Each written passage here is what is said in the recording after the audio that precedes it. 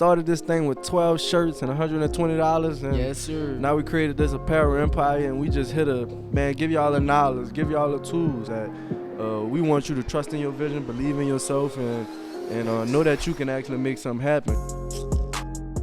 Back with another one. World and Vision podcast number 7, baby. Number 7, here it is. And we got Marlon Watts, Nicholas Clark, and Lonzel. Let's get it started just like that, man. Welcome back. How y'all doing out there? Man, it's a blessing, man. It's a blessing to be alive. Once again, just want to say thank you to all our supporters out there. Thank you to everybody that's been rocking with us on our journey. We really appreciate it. We started this thing with 12 shirts, $120, and we turned it into a apparel empire, and we here to show you that you could do it too, baby. Just with a little bit of vision, a little bit of dedication, a little bit of knowledge, you could transform your life into whatever you want it to be, man. And thank you. We're going to start this off. It's going to be a little different today. We're going to talk about the 5 mistakes that you should avoid when starting your brand. And man, yeah, just bear with us. You ready, Nick? Get it started. What's gonna be the first one? What's the first topic?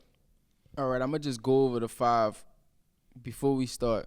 Okay. Number 1, thinking you could do it by yourself. Okay. That's the first thing. Number 2, not having sales skills. You need sales skills to do this. Okay. Number 3 is not reinvesting your profits. Okay. Number 4 is just not documenting your story and your journey of you doing your brand. And then number 5, not adjusting. Okay. You gotta be able to adjust and adapt to your market and to what your customers want. So let's just starting off with that first one. Talk about yourself when I felt like at some time you were kind of doing the brand by yourself. With me doing football, as much I couldn't dedicate as much time as I wanted to. So maybe just talk about how it was doing some things by yourself to versus when we really got to do it together. So I say everybody really think that they just have to do it by themselves, or there's a lot of people that just don't be wanting help from nobody, but literally like to just go up and become successful in whatever you want to do, you're gonna need help from other people, just as you're gonna have to help other people. Right. You cannot be successful without putting other people on. So don't be afraid to say that this person helped me out and put me on to what I'm on to. Yep. You know what I mean? So I feel like a lot of people just got that I want to do it all by myself mentality.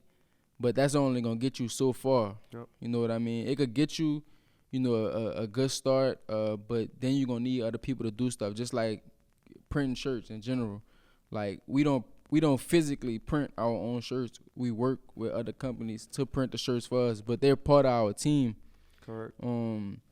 So, like, some people may not look at it as if I'm paying you to do something, you're not a part of my team, but technically you are a part of my team. Correct. So that's just one simple thing right there is we can't do it all by ourselves. We can't sit up there and run a screen print shop, just as what we're doing right now. We focus more on branding and just marketing and sales than actually getting a garment done. So, Correct.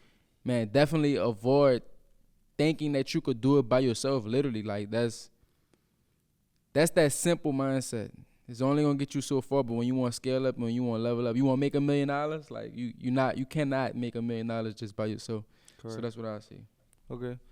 Getting into the next topic, it was about not having sales skills, and I could kind of talk about that. I remember first doing pop-up shops in the student union, and just us. Just seeing all those people walk past and actually putting yourself in position to talk to them, like, hey, you ever, I remember we used to try things like, hey, you ever heard about us before? Hell nah, they ain't hear about us. They ain't hear about us at all. But we basically got created a moment to tell them about us. Like, hey, do you know what we got going on over here? No. Well, look, let me tell you about what we have going on over here. And I think that was the big thing with a lot of people that don't have that sales skills. It's just the fear of putting themselves out there, putting their product out there, and also just it's just being uncomfortable doing things that you uncomfortable doing. So you're gonna have to have sales skills to definitely be successful in business, because ultimately you're selling yourself, your brand or your product or whatever you behind. You ultimately selling that either to another customer or to another business, and you're gonna have to interact. You're gonna have to be able to push it, or unless you're gonna just be packaging it. But if you're deciding to be an entrepreneur, you're signing up to be a salesman also, without you even noticing it. Like all entrepreneurs are technically salesmen because they're creating something that they're bringing to the world, that they're selling to the world. It's your vision that you want to come to life, that you want to make manifest.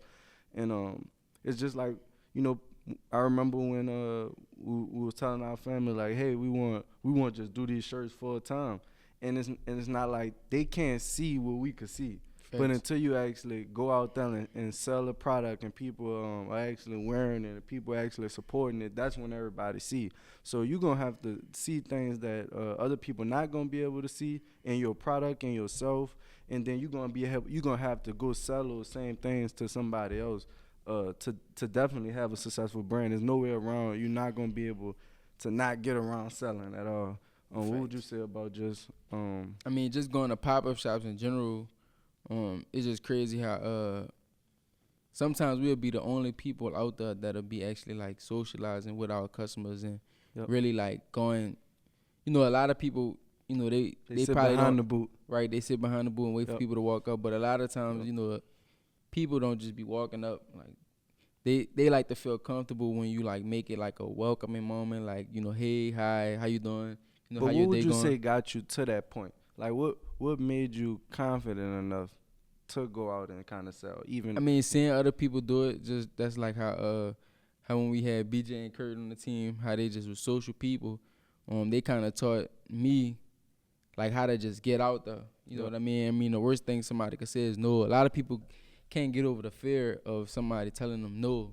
Right. You know what I mean? But you gotta now understand, it's gonna be 1,000 no's till you get at least thousands yes. Yep. So it's like I just feel like I was afraid that people would be like, no, I don't want to buy that, like, and just put pressure on me to not make me want to just go up to a random person to sell.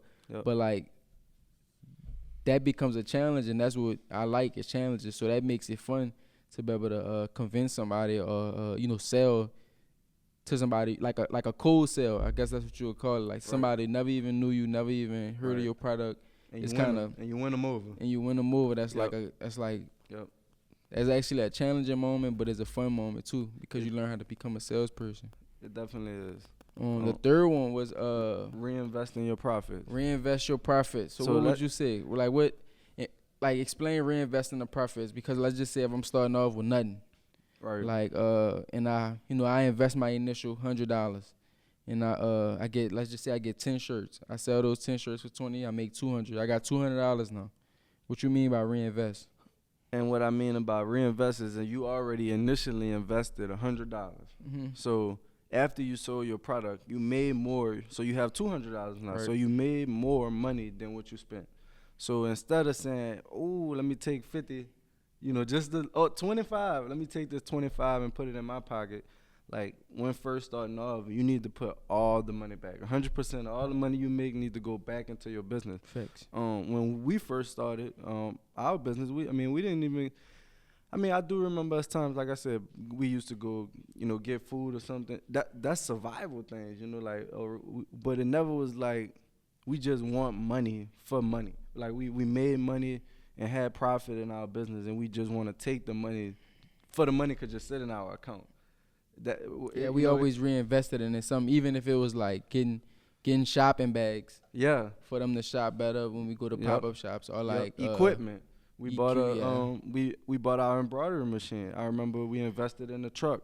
So it was always things that I think wanted to invest the money that we made into. It was never like, oh, we're gonna make money to kind of like get money and take money, because we always knew at a certain level you'll be able to do that. Once you get to a certain level, you getting money from your business or making money from your business is gonna come. But first starting off and already not having a lot of other initial capital is a big thing. So you need to keep all the money that you're making in your business when first starting out, and use that to keep leveraging. Use that money to. We didn't know anything about advertisement. People are basically thinking they made profit and they ain't even advertise yet. You know, they're not even factoring that into their budget. Just marketing themselves. So I think that you know, all the money you initially make, you just need to keep on reinvesting into, you know, you feel more comfortable to take a little piece of it out. And notice that even when you using money to upgrade your business, that's for you. So you paying for things for yourself. So just don't look at it as like you're not getting money. That's how I think people feel about it. Like they feel like if they put $200 in and made $300, they gotta get something out of it right now. They didn't make no money. Facts. Yeah. And I say just about investing in your business in general. If you put up 100 and you make 200, don't be afraid to like keep putting up a weekly, you know, $100 in your business so you could keep scaling up fast. Yep. Because you're gonna be able to just push, you know, you getting $2 for your every dollar that you put in. So why not, you know, invest more into your company instead of just, you know, putting the money to the side, saving it. You could just keep on flipping that $100 that you keep on investing to just keep growing. So even when you make profit, don't be afraid to pitch more money at your company if it's profiting. So I just say that. Our next one was not documenting your process. Not documenting. So please, everybody that's watching this video, you gotta document everything that you do. Start today. Start right now, like literally, like this. Right now. We documenting right now. Like we're gonna be able to come back to this video 10 years from now and really see what we were talking about. Even some of the stuff that we saying right now. I think I got a moment. Hand me that phone from over there. Hand me the phone. Let's see about just. Cause this is one moment that I recently went through my notes, and we had. This was in 2018 that we wrote down a couple of goals, and we're gonna just share a couple of them goals with y'all and show y'all how just, you know, writing something down and documenting it actually does happen. Yeah, in my notes. Yeah. But even we're gonna have to put like a little video on the screen of just scrolling through his notes. I even wish that we documented, you know, even more back then than what we did. Look. So right here, if they can see that. It's gonna be a little tough. All right. So this is from October 19th. That's notes. This goals. 2018. All right. So I put for some of our short-term goals, we wanted to find a full-time kiosk workers in the team. Check. So if y'all don't know, we opened up our first kiosk in 2018 when I moved back down to New Orleans, and we opened up 3 locations: Oakwood Mall, the Riverwalk Mall, and Mall of Louisiana. We're gonna have to make a podcast on just how to just start a kiosk. Yeah. We wanted to make $100,000 in 1 month. Check. A month. We wanted to get Check. up. We wanted to get up QuickBooks, and we wanted to start our accounting systems, and we wanted to start. We filed our 2018 taxes. Check. So we started filing business tax returns. We wanted to get involved with youth groups in high schools and colleges. Check. All right. We wanted to get more involved with our customers on a personal level. Really Check. getting to know them. I think we did some things like that with our top 10 and doing Zoom meetings with them. We did a Zoom call with our top 10 customers. Yep. We wanted to grow media coverage. So I think we got on Monroe News. Yep. We got a couple of features on the internet on some different platforms. Yep. Instagram followers went up like crazy in this past year. We did the World Envision X FCA collab. Check. All right, this one was crazy. Working on promoting our why behind everything. That was a short-term goal. So that's on your phone? On my phone. So we wanted to work on putting out why we was doing our brand, within our brand, with content. So that was a short-term, very important goal for us. Making high school and youth team sports gear. I think we did one event. Yeah, the All-Star game. Okay. The All-Star game in Shreveport. We designed their shirts, put like a number at the back, and they did a tournament. So that was one event that we did. And this one big. The last one was continuing to train, invest, and improve our team members. Facts. and making them Check. fully understand who we want, what we want them to do. Check. Okay, Check, like that. check. That was a big thing. All right, long-term goals. Opening up our second kiosk location. Like I said, we had 3 kiosk locations. We had 3. Having our, I guess we would say our distribution on autopilot, where so that we'll be able to go out and do pop-ups. So we are getting there able to- now. Yeah, so we are that's able not to a check leave. yet. But we are able to leave, but we don't. I still order the merchandise. Yeah, So it's like even if I leave, I'm still working on the go. yeah. But we getting that process down pat to where somebody else could just from the team could just order our stuff. Filing our 2019 taxes. Check. We got a pop-up shop truck. Check. College pop-up tour. Ah. I mean, we did. We didn't do it with we the didn't- truck yet, though. We didn't do it with the truck. We We didn't do it with the truck. COVID messed us up. COVID messed us up. Hey, if you right now, make sure you comment under this video. Comment what college you at, so that we could pop up at your college. College pop up till coming 21. But 20. What? Yeah, that would be 21 at the beginning of the school year. Yeah, 21. So leave that comment for us. Fall 21. I mean, I like right now currently like basically what Marlon like is just telling y'all like we made these goals years ago, like literally years ago, and just coming back to it now, we see that we really accomplished 99% of everything that's on this list. You know what I mean? So it's not video documentation, but it's like notes. You know what I mean? Right. And we could add some of our videos. Remember, we have like the highlights from when we started in the small room. Mm-hmm. We'll add some of Instagram. that stuff on here too. Yeah. This was crazy though. A couple more. Increasing owner pay. I guess that would be in everybody's budget. Making vlogs for YouTube. That was that's on here. A long-term Wow. goal. Growing our personal brands. I mean, Bro, that was 2-3 years ago, and we just started making videos on YouTube. It's crazy. just started. Partnering with the colleges, like we did College of Business and Business Insurance. I think Thanks. we needed that. 3 to 5 year goals. Getting a property through the business. All right. So we working on that. Having our own store. I think we decided, the kiosks was our thing, and we won't go. Not gonna step into the not store. gonna step Only into way that. I'm not gonna really tell him our store plan. All right. I ain't Perfect. gonna give him the store plan yet, cause we still working on Big it. one. Yeah. 5 million in sales. We did that, baby. 8 from 3 years. Yeah, way more than that. Man. All right, this one big. World Envision Warehouse in Ruston. In parentheses. Wow, we working on that, man. We working Alright. on that right there. Another one. Becoming the household brand for Louisiana Tech. All right. It's getting 3 to 5 year goals. It's 3 to 5 year goals. Traveling around the United States, promoting our mission. Mm-hmm. With workshops and mentorship programs. All right, and becoming the #1 active brand in Louisiana. What would you say about that? Are we getting close to that? At least that was one of the big We goals. trying. We That's trying for to be the that's for #1 them to say. brand Bro. That's for them to say. in Louisiana. That's So if you think we the #1 brand in Louisiana, leave us some more comments. Please let us know. We're trying to accomplish our 3 to 5 year goals. And all right, the 5 to 10 year goals was #1 active brand in the United States, and to be a household brand for a Tier 1 university. I like that. We talking about Power 5. So we documenting right now. Right now. We telling y'all we gonna be the biggest brand in the country, in the world.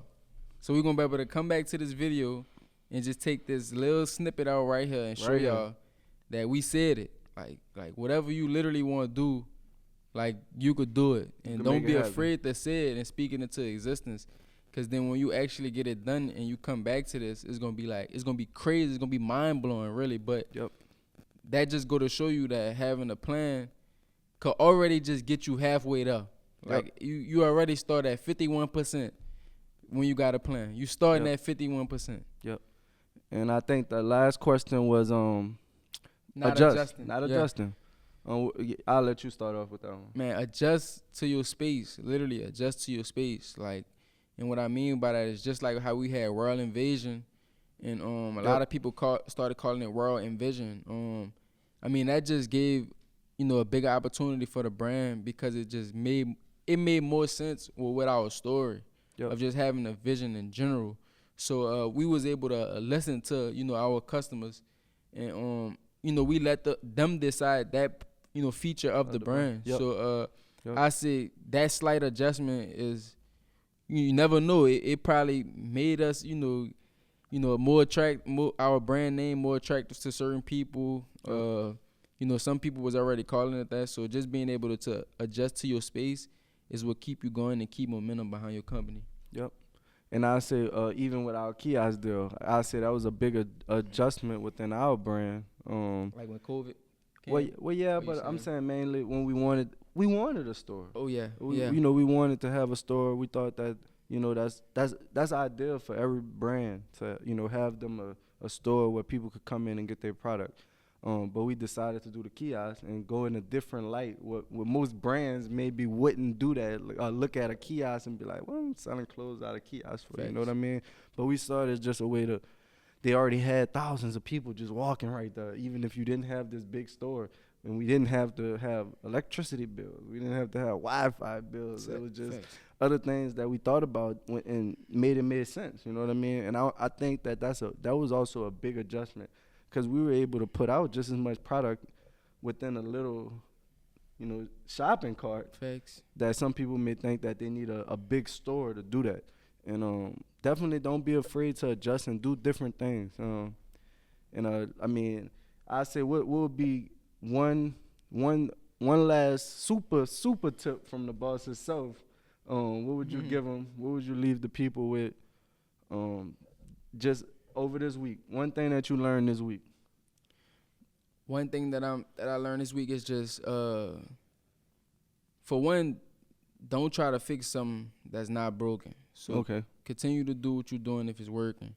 And for two, do a little bit of everything that's working. So just like what we saying about like the kiosk, like we have an online store that's like killing the kiosk in numbers just based on you can't check out 1,000 people at one time at the kiosk. You know what I mean? But you could do that online. Yep. But at the end of the day, the kiosk still make money. Yep. So like, why not do it? It's like a why not thing, and that's how you're able to drive up your sales by doing a little bit of everything that is working. So, I mean, it may not be able to check out 1,000 people at one time, but it could check out 10 or 20. Yep. You know what I mean? So just that one thing, like just the concept of doing everything that is working and put it into one big old little funnel or whatever you want to call it, is what get you to the next level. Because sometimes we adjust to one thing and then we leave the other stuff alone. Yep. But continuing to do the other stuff that was working, it's just a big pool of things that just all works and it just gets you to the next level. Yep. Like that's what I would say. Yeah. And I guess I'll leave it off with just writing things down. Because if it's not written down, it's almost forgotten. Like if I don't write it down, put it in my notes, or just have it somewhere where you could remind yourself. Sometimes if I get a business card or something, I got to put it right there on my desk in a certain spot so that way even if I do man, I got to remember to do that because it's so many things going on and a lot people are engaged in so much. As soon as you want to do something, there go your phone ringing. There's always something that's distracting you, and if you don't have it written down, is 9 times out of 10 it may get forgotten. So we're going to wrap it up here. We want to say thank y'all. This was World and Vision Podcast number 7, baby. So y'all know what to do, right? Y'all know what to do, right? What would they got to do? Y'all know what to do. Don't think you could do it by yourself. Like, okay. You use somebody. Okay. Help other people. Okay. You hear me? Do that. Have sales skills. Get out there and sell your product. You are your best You are your best salesperson. Literally, you're your best salesperson. Yes. Reinvest your profit. Invest them profits. Invest your profit. You're going to pay yourself later. You're going to pay yourself later. And document every single thing that you do. And last but not least, pick up that camera, start recording. And what's the last thing? Don't be afraid of change. Don't be afraid of change. Like, change ain't going to kill you, baby. It's not. It's only going to make you strong. It's going to make you better. And once again, baby, this was the World and Vision Podcast number 7. Thank y'all. Let's get it. We out.